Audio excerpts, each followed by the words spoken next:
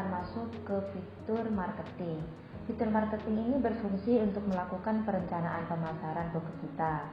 Di sini terdapat 3 modul, yakni ada campaign, email campaign, dan marketing list. Pada campaign ini kita bisa menuliskan hal-hal apa saja yang akan kita lakukan untuk menarik target pasar kita. Di sini terdiri dari campaign name, campaign type, campaign status, expected revenue, expected close, dan assign to. Nah, di sini ada contoh-contoh dari campaign name.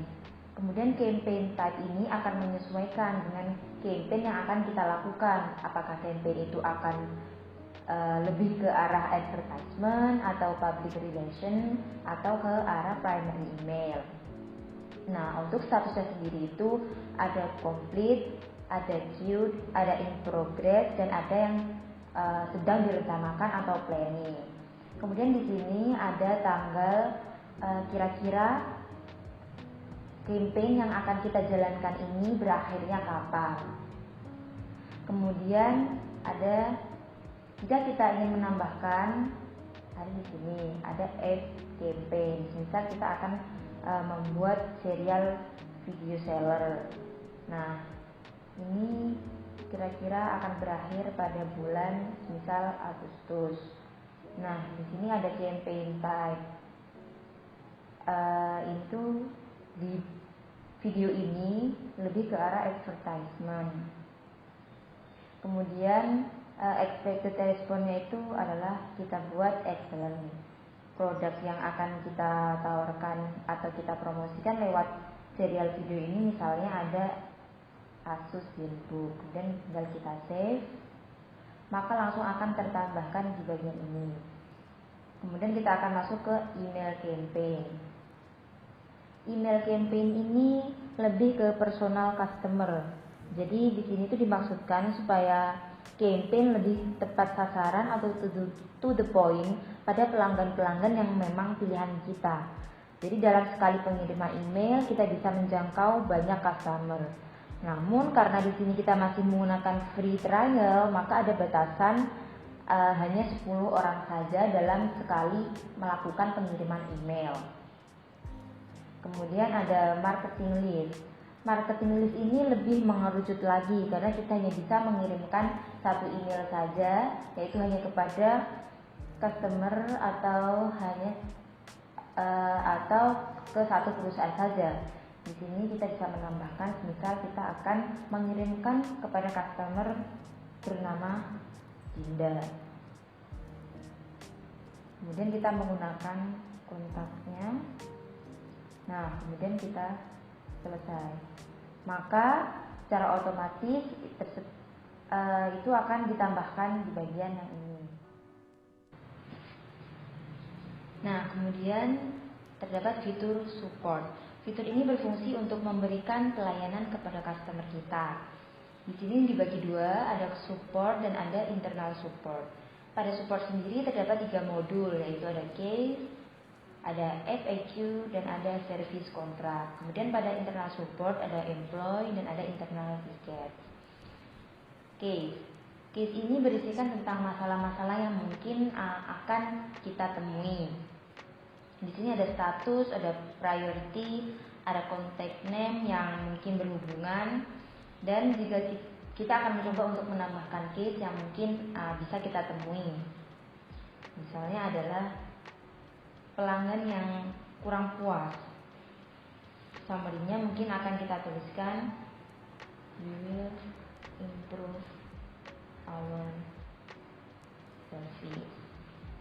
Dan priority-nya ada pilihan urgent, high, medium, low. Di sini kita pilih high.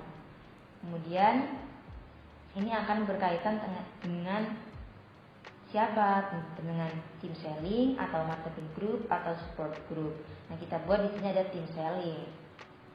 Kemudian kontak yang berhubungan, yaitu misal kita buat customer yang bernama Alma. Kemudian kita save dan akan tersimpan di sini. Kemudian kita masuk FAQ, yaitu pertanyaan-pertanyaan yang sering ditanyakan oleh para pelanggan kita.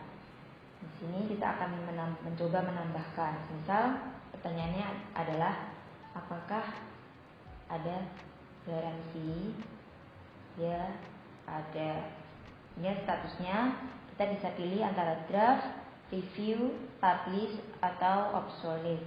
Di sini kita pilih publish. Kemudian kita save dan akan langsung muncul di sini. Kemudian ada service kontrak. Service kontrak ini berisikan tentang kontrak-kontrak yang sedang kita lakukan atau akan kita lakukan. Di sini ada subjek, ada relate to, assign to, kontraknya dimulai kapan dan berakhir kapan. Kita mencoba untuk menambahkan. Misal kita ada kontrak bisnis konsultan, yang mana ini ada kaitannya dengan perusahaan Alwi Konsultan. Kemudian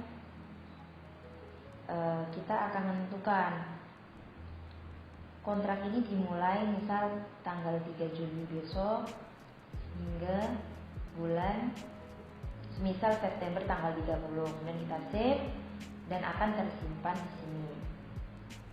Kemudian di bagian internal support employee di sini yaitu menampilkan karyawan-karyawan yang sedang bekerja pada perusahaan kita. Nah, kemudian ada fitur project. Fitur project ini berisikan tentang hal-hal yang ingin dilakukan oleh perusahaan, entah dalam jangka waktu dekat ini atau jangka waktu panjang. Di sini juga terdapat 4 modul, yaitu ada modul project, modul task, modul milestone, dan time logs. Pada modul project ini berisi tentang kegiatan yang akan dilakukan oleh perusahaan. Kemudian di sini ada task yang mana ada banyak pilihan, ada pending, in progress, complete, skip, to do, idea, estimating, schedule, review, publish, suspend, collect info, dan masih banyak lainnya. Jadi kita bisa menyesuaikan sesuai dengan kebutuhan kita. Misal di sini kita akan menambahkan di bagian in progress atau sesuatu yang sedang kita jalankan. Misal kita sedang melakukan open recruitment staff. Kemudian due date-nya kita buat bulan Agustus. Kemudian langsung kita simpan. Nah, akan langsung tertambahkan di bagian ini. Kemudian ada project milestone, yaitu berisikan fase-fase yang mungkin penting bagi perusahaan atau organisasi. Jadi di sini kita menentukan proyek mana yang harus selesai sebelum proyek lain itu dimulai. Misal di sini contohnya ada wawancara staff yang lolos tahap 1 open recruitment, atau mungkin kita bisa tambahkan juga karena tadi di bagian project kita ada melakukan open recruitment kedua, maka di sini juga pasti akan dilakukan proses wawancara kedua. Jadi di sini kita tuliskan wawancara staff yang lolos tahap 2. Kemudian ini akan delay dengan rekrutmen staff 2. Ini kita juga bisa menentukan milestone date-nya, yaitu misal bulan September 30. Kemudian kita save dan akan langsung tertambahkan di bagian ini. Kemudian ada time logs. Time log di sini merupakan tracking aktivitas yang dilakukan oleh perusahaan. Pada time log ini berkaitan dengan case-case yang sudah ada dalam perusahaan tadi. Misal kita membuat time lognya kita namain time log 2. Kemudian case yang relate yaitu misal ada product defect. Kemudian ini kita mulai pada bulan Juli dan akan berakhir pada bulan Agustus.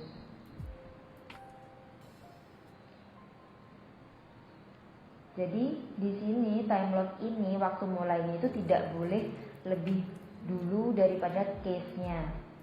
Jadi baru ada case, lalu kita menuliskan timelock-nya di sini. Kemudian kita save.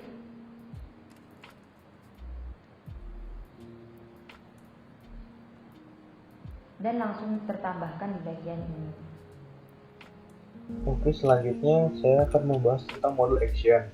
Modul action ini adalah sebuah pengingat otomatis tentang sebuah acara, tugas, email yang masuk, dan juga kasus yang terjadi sebelumnya. Modul action ini memungkinkan kita untuk mengambil tindakan dalam waktu yang tepat. Contoh di sini adalah ada sebuah kasus yang sudah berjalan selama 2 hari, yaitu contohnya itu laptop rusak. Selanjutnya itu adalah modul organization. Modul organization ini adalah sebuah modul yang berisikan informasi tentang kontak perusahaan yang menjadi partner kita. Di sini terdapat informasi lengkap tentang organisasi lain yang bekerjasama dengan kita. Contohnya di sini ada sebuah perusahaan yang bernama Will dan Corps. Terdapat informasi tentang website, email perusahaan tersebut, nomor telepon, bidang industri, jumlah karyawan yang dimiliki perusahaan tersebut, pendapatan tahunan, dan pemiliknya, dan informasi-informasi yang lain. Di sini juga ada description detail yang kita bisa tambahkan dengan manual. Selanjutnya ialah modul task. Di dalam modul ini kita dapat menambahkan tugas yang harus dikerjakan, seperti meeting dengan klien, mengirim email, dan lain-lainnya. Per contoh, di sini kita akan membuat task, yaitu meeting dengan klien pada jam 4 sore. Kita bisa menambahkan di sini nama tugasnya, yaitu meeting dengan klien, estimasi waktu meeting, yaitu kita tambahkan 60 jam, tanggalnya yaitu tanggal 4 Juli jam 4 sore. Kita bisa menambahkan status, yaitu bisa pending, dalam progres, di skip, dan sudah terlaksanakan. Kita bisa menambahkan prioritas, yaitu kita set prioritasnya tinggi. Menambahkan lokasi meeting, yaitu Jakarta, dan menu-menu lainnya. Kita juga bisa menambahkan deskripsi tentang tugas tersebut.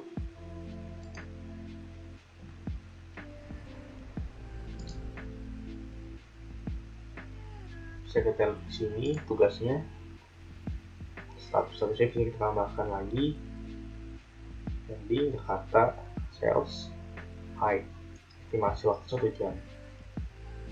Selanjutnya ada approvals. Approvals ini adalah sebuah modul di mana kita bisa memberikan persetujuan atas kegiatan yang sedang berlangsung. Selanjutnya yaitu dokumen. Di modul dokumen ini tersimpan beberapa file yang diupload secara manual oleh user. Seperti di sini contohnya file inventory list.txt. File ini sudah terupload dan tersimpan di server Vitiger. Kita juga bisa menambahkan file, link file, dan bisa juga mendownload secara manual. Selanjutnya yaitu e-sign dokumen. E-sign dokumen di sini ialah sebuah modul yang bisa kita lakukan menguploadkan file dokumen yang harus ditandatangani oleh stakeholder. Kita bisa menambahkan di sini siapa yang harus menandatangani dokumen ini, lalu dokumen apa yang harus ditandatangani. Kita bisa mengupload file secara manual dan juga dokumen yang sudah ada di modul dokumen sebelumnya. Di sini juga bisa ditambahkan subjek email. Selanjutnya yaitu leads. Leads di sini adalah sebuah modul yang menyimpan informasi tentang pelanggan yang berpotensi bagi perusahaan kita. Di sini sudah ada contoh, yaitu pelanggan bernama Safadida. Kita bisa melihat informasi secara mendetail di sini, yaitu namanya, perusahaan tempat dia bekerja, email customer, tempat dia bekerja, lalu pendapatan per tahun, dan informasi lain-lainnya. Di sini juga bisa menambahkan alamat terkait, deskripsi, dan profile picture dari kontak tersebut. Selanjutnya, saya akan membahas tentang fitur yang ada dalam modul inventory. Yang pertama itu adalah produk. Jadi dalam produk ini, kita dapat menginputkan produk-produk apa saja yang kita jual. Jadi karena kita menjual berbagai macam laptop, maka di sini saya inputkan macam-macam laptop dari berbagai merek. Ada rinciannya seperti berikut. Lalu untuk menambahkan, kita add produk, kita beri nama,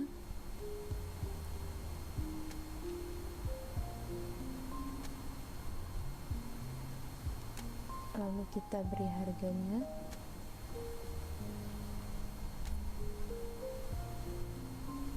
dan juga quantity. Lalu kita save.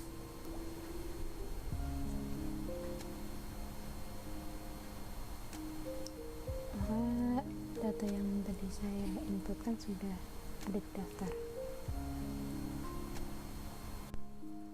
Lalu fitur selanjutnya adalah service.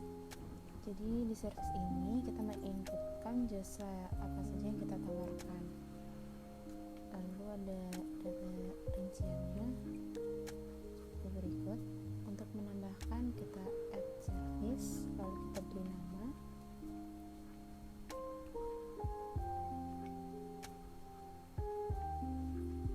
lalu kita beri harganya, lalu kita save.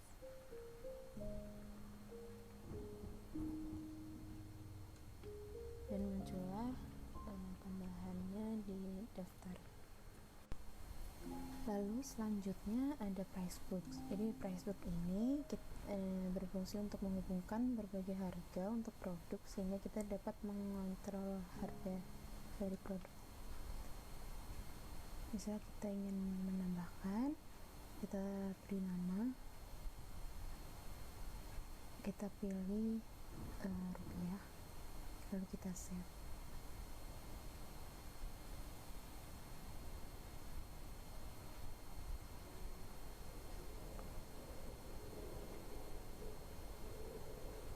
Lalu untuk mengedit bisa diklik, lalu kita tambahkan produk yang ingin kita masukkan harganya.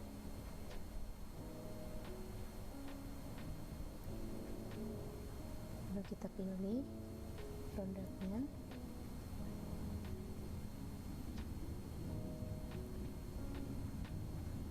dan muncullah daftar harganya dan nama produk.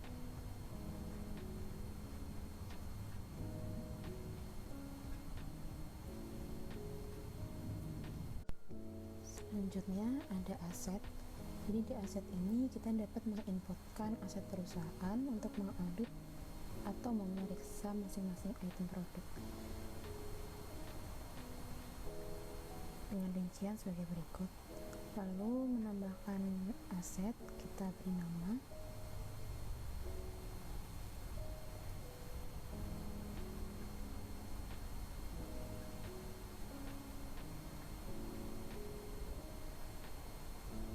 lalu kita memilih produk yang ingin kita masukkan.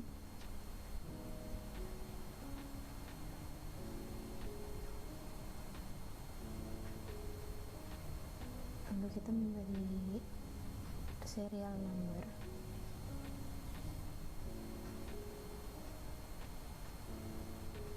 dan statusnya kita memilih in service. Lalu masukkan data source, saya inputkan 1 Juni dan juga date in service-nya, lalu memilih organisasi dan di save.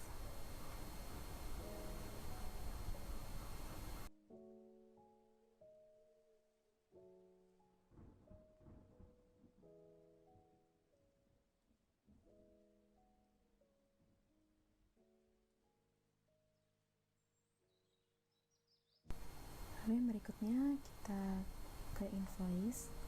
Di invoice ini berisi daftar bukti tagihan transaksi untuk customer yang membeli laptop. Lalu ada rincian datanya seperti subjek, kontak nama, assign to, status, total harga, dan invoice number. Lalu kita klik add invoice, kita masukkan subjeknya,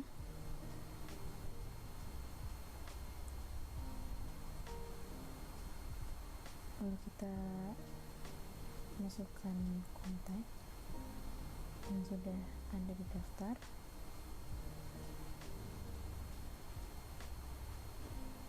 lalu penanggung jawab, dan masukkan billing address.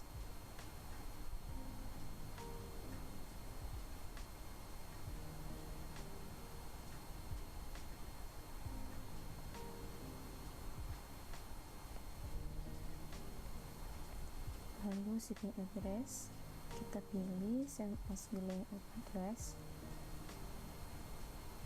Setelah itu kita bisa masukkan produk yang dibeli oleh customer.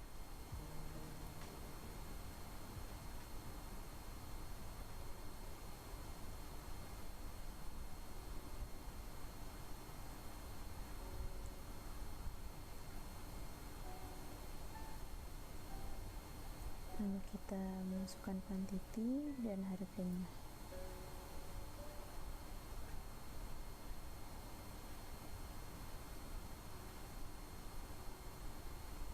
Setelah itu kita save.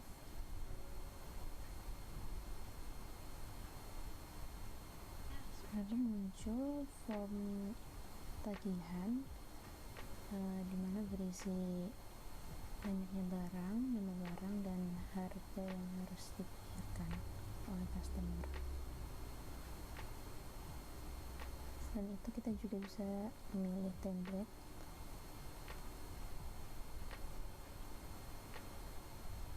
Misalkan kita milih invoice 2, maka template-nya akan berubah.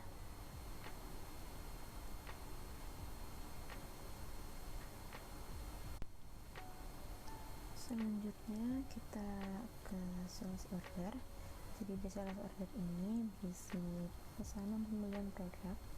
Data yang tampilkan ada subjek, total, dan assign to. Lalu untuk menambahkan kita klik add sales order, lalu kita masukkan subjek,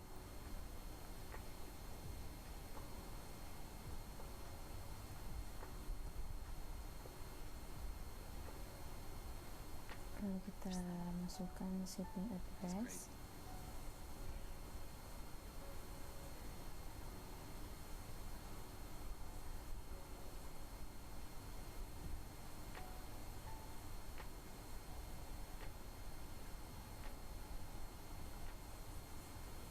lalu kita masukkan billing address sama seperti shipping address, lalu milih kontak dari daftar kontak yang sudah ada.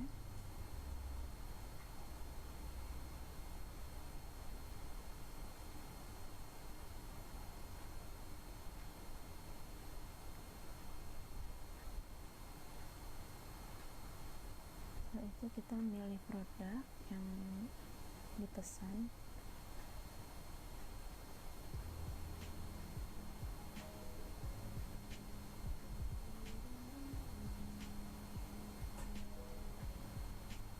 sini bisa milih lebih dari satu, lalu kita add, kita masukkan kuantitinya, lalu harganya,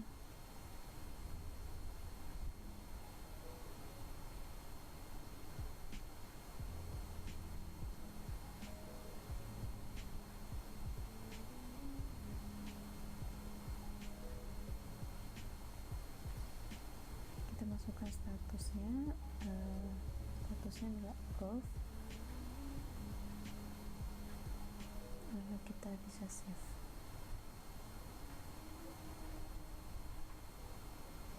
Lalu muncul template slide packing berisi nama dan banyaknya produk yang dipesan.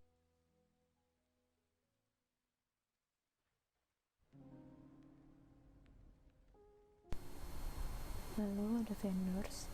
Jadi vendors itu adalah organisasi yang memasok produk atau layanan perusahaan. Lalu kita dapat menginputkan vendor-vendor yang bekerja sama dengan perusahaan seperti berikut. Kita juga dapat menambahkan vendor. Kita masukkan nama,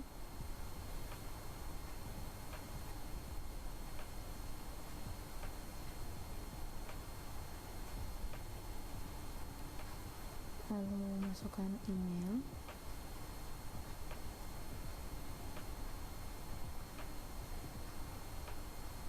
dan juga nomor telepon.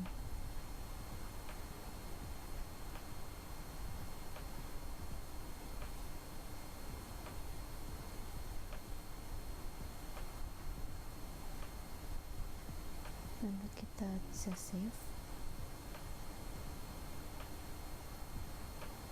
dan vendors tersebut sudah masuk ke daftar namanya.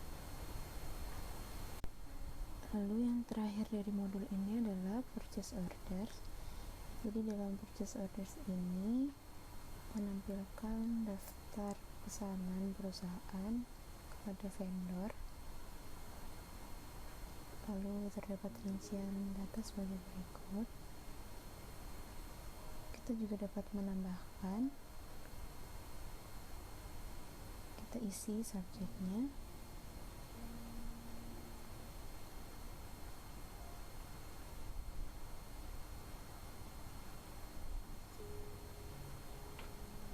lalu kita masukkan status approve, lalu kita masukkan vendor yang sudah ada di daftar, lalu masukkan billing address,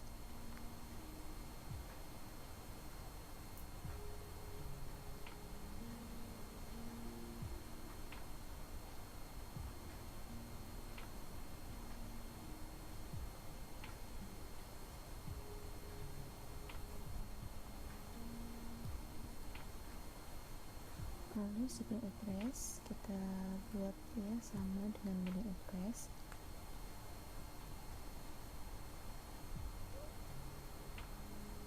Kita masukkan kontak name dari daftar kontak yang sudah ada.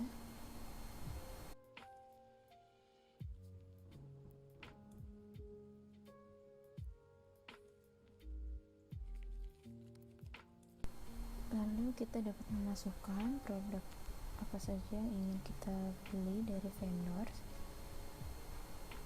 Kita dapat memilih lebih dari satu, lalu kita masukkan quantity atau banyaknya barang, lalu kita masukkan harganya,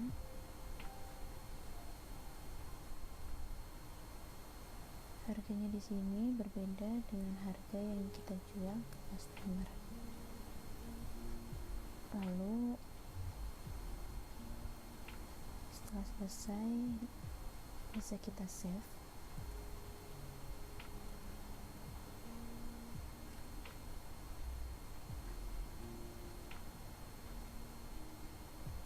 Dan muncullah template pemesanan berisi item name, dan harga yang harus dibayarkan.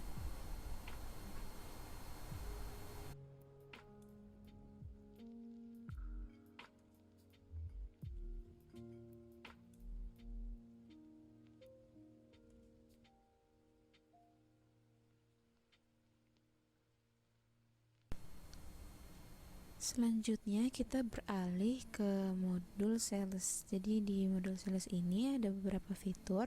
Yang pertama adalah deals. Jadi di dalam deals ini kita dapat menginputkan kesepakatan yang dibuat antara perusahaan dengan supplier, vendor, ataupun dengan customer. Digunakan untuk memperkirakan pendapatan di masa yang akan datang. Lalu tahap kesempatan ini bisa dilanjutkan atau justru dihilangkan.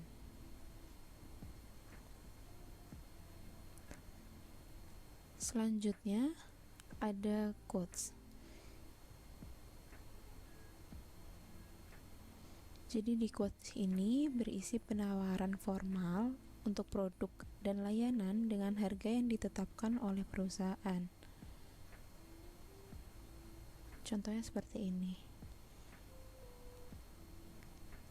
Lalu akan muncul form yang berisikan nama produk dengan tawaran harga yang diberikan oleh perusahaan. Selanjutnya ada appointment pages.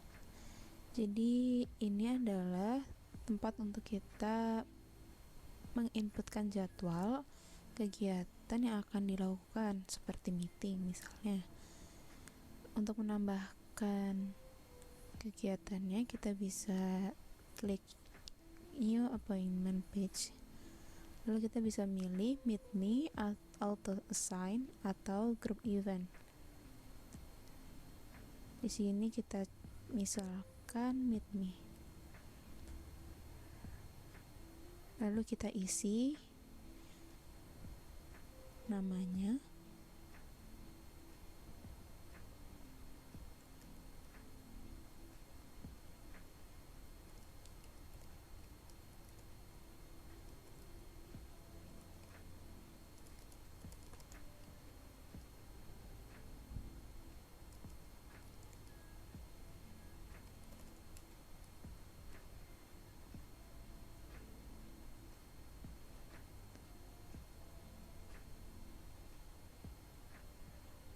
lalu kita assign to team selling. Lalu kita isi introduction.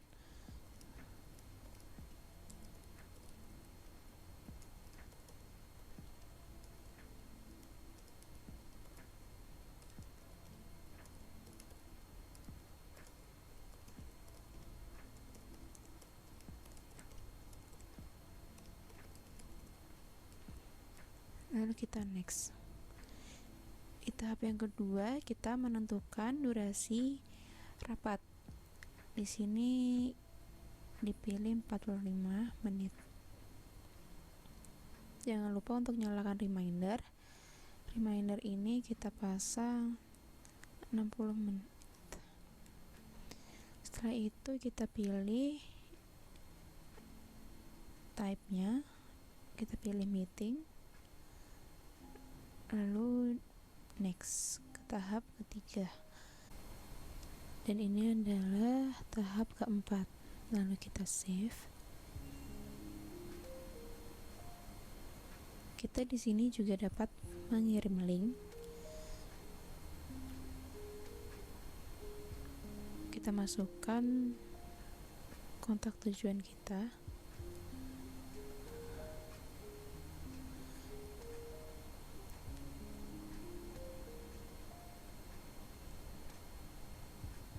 Lalu kita ganti subjeknya.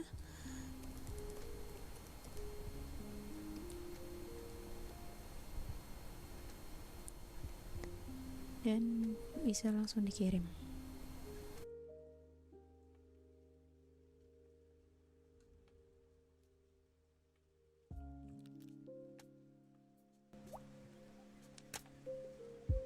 Selanjutnya ada home and graph statistik yang berada di modul dashboard, yang berisi halaman utama setiap karyawan perusahaan yang setiap setelah login akan ditampilkan grafik setiap pekerjaannya yang belum tuntas.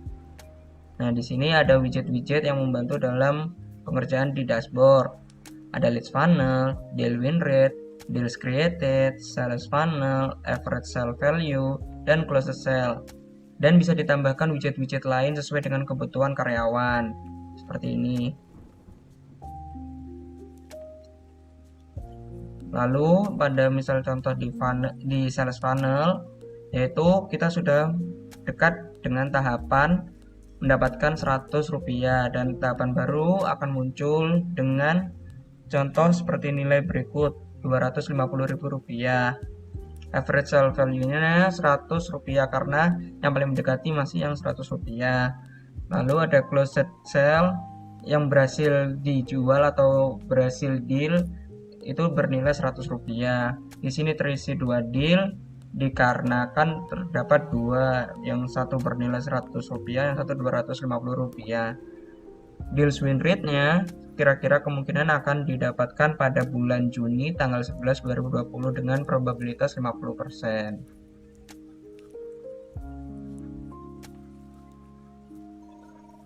Selanjutnya, salah satu fitur terpenting Vtiger CRM adalah modul report yang bisa menampung data-data semua inputan karyawan, baik berupa kontak, nama perusahaan, organisasi, jadwal meeting, perencanaan kerjasama, perencanaan pengadaan, laporan penjualan, laporan barang, laporan problema, dan keluhan customer, dan lain sebagainya.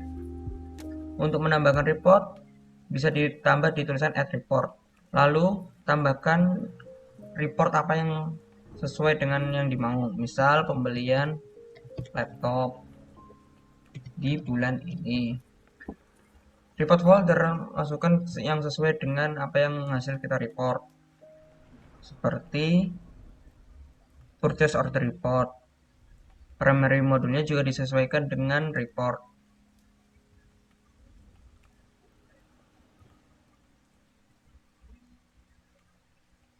Jika masih ada hubungannya dengan report yang mau kita tambahkan, bisa juga di sini maksimal cuma 2. Share report ini siapa saja yang bisa melihat hasil report ini, apakah dari grup atau sales manager atau apa, atau semua user.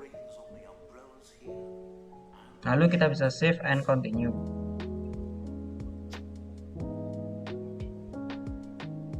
Maka akan muncul tampilan seperti ini. Nah, di tabel ini akan bisa dirubah-rubah sesuai dengan keinginan. Kan di sini ada subjek, status, contact name, assign to. Ini bisa kita rubah-rubah sesuai dengan keinginan report. Hasil keinginan. Seperti net price karena kita butuh harga. Lalu ada list price juga, harga sebelum net, ada deskripsi laptop apa yang ingin kita beli, yang menurut kita nggak penting bisa disilang seperti ini.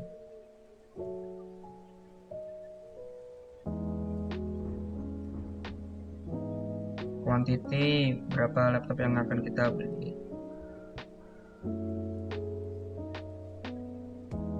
Lalu tekan save and run.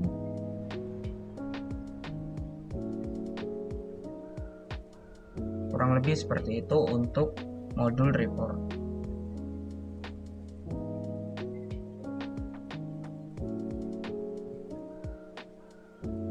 Selanjutnya ada modul kalender yang bertujuan penambahan daftar agenda, jadwal meeting, pengajuan proyek, video konferensi, dan lain-lain yang terorganisir dengan rapi.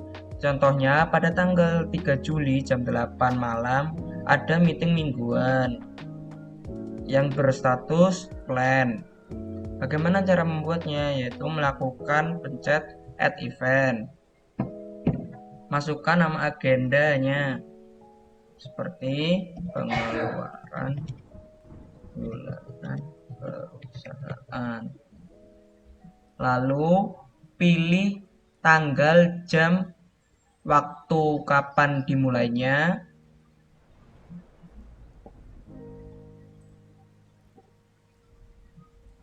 pilih juga tanggal, jam, kapan diakhirinya.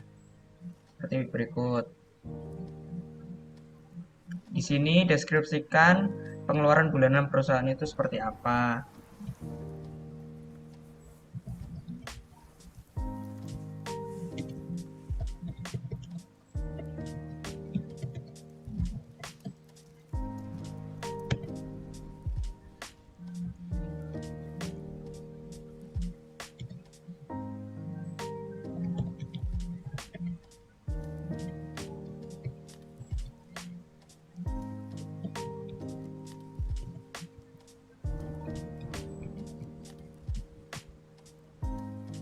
Kurang lebih seperti ini. Lalu masukkan juga siapa saja yang ikut dalam agenda tersebut, jadi add partisipan.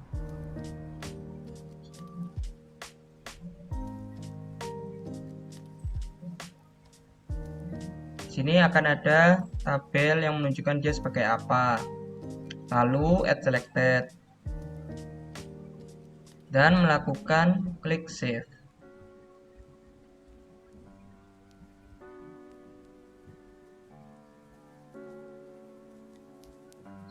Bisa kita lihat di tanggal 8 Juli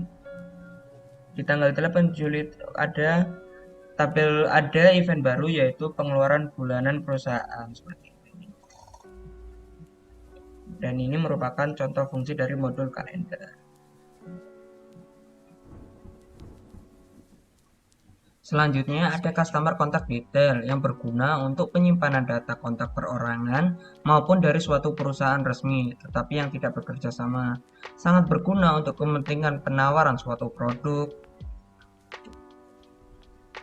Nah, seperti ini kurang lebih kontaknya. First name, last name, email, phone, assign, dan tahapan dia di sini sebagai apa. Seperti itu. Setiap pendataan customer atau perorangan yang baru harus diisikan sesuai dengan field-field yang tersedia sesuai dengan kebutuhan. Nah, ini berguna untuk menganalisis customer, mengetahui akan sejarah pembelian pelanggan untuk kurun waktu beberapa tahun, seperti kapan dan bagaimana pelanggan membeli suatu produk, kapan biasanya pelanggan menambah pembelian produk tersebut, dan bagaimana pelanggan merespons suatu promosi.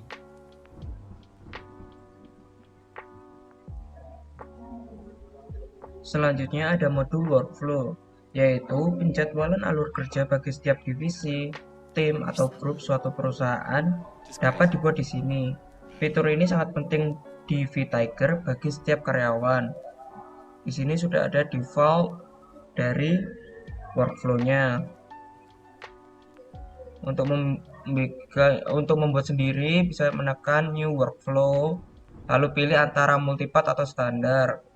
Kita kasih contoh yang standar saja. Lalu berikan nama workflow yang ingin dibuat.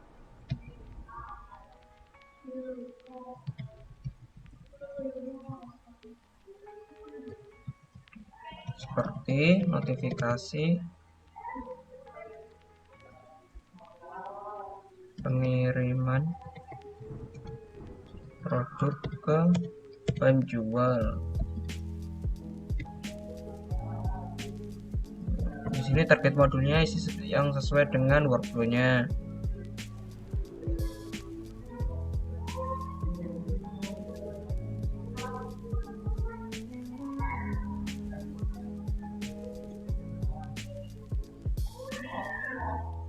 Lalu pilih statusnya deaktif, lalu berikan deskripsi yang sejelas-jelasnya.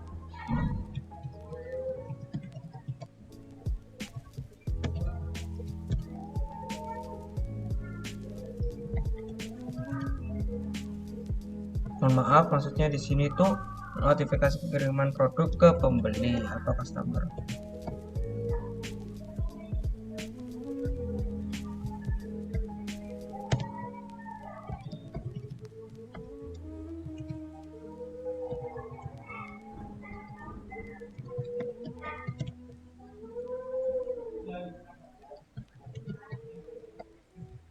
Lalu pilih workflow triggernya. Apakah dia akan update terus-menerus atau pada awal atau ada waktu tertentu sesuai dengan kebutuhan workflow teman-teman. Lalu ada recurrence. Ada dua pilihan di sini, only first time condition are met atau every time condition are met. Ini juga tergantung dengan workflow yang ada di kegiatan teman-teman semua. Lalu dilanjutkan langkah ketiga, entry kriteria. Di sini akan memunculkan 3 field seperti comment yang pertama, lalu ada konten isinya sesuai dengan kebutuhan,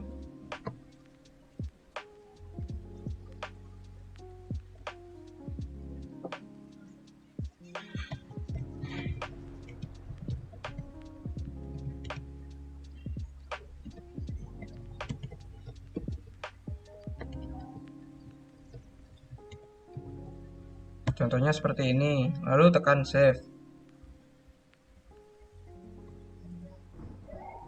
Setelah itu pencet save lagi.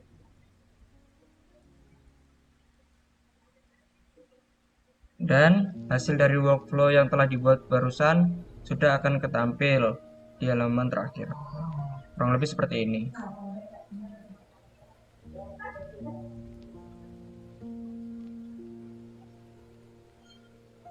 Yang terakhir, pengaturan modul-modul yang dapat diaktifkan atau dinonaktifkan bisa diatur melalui halaman berikut ini, yang berisikan modul-modul penting di VTiger bagi perusahaan yang memakai layanan ini. Data saling tersinkron dengan data-data setiap modul dengan modul yang lain.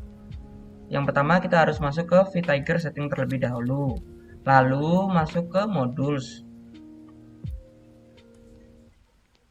Di sini ada modul-modul yang telah diaktifkan. Pilih sesuai dengan kebutuhan CRM masing-masing pengguna. Jika dirasa masih kurang lengkap, bisa melakukan create modul atau extension store. Kalau create modul berarti kita membuat modul baru. Seperti ini tampilannya. Kalau di extension store,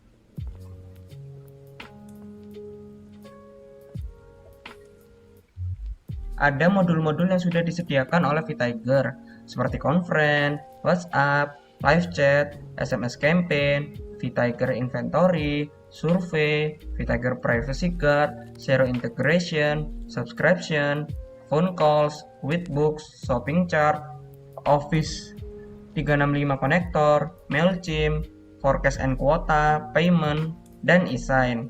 Pilih sesuai dengan CRM yang dibutuhkan. Karena menurut saya customer perlu menggunakan WhatsApp, jadi saya perlu menambahkan WhatsApp pada CRM saya.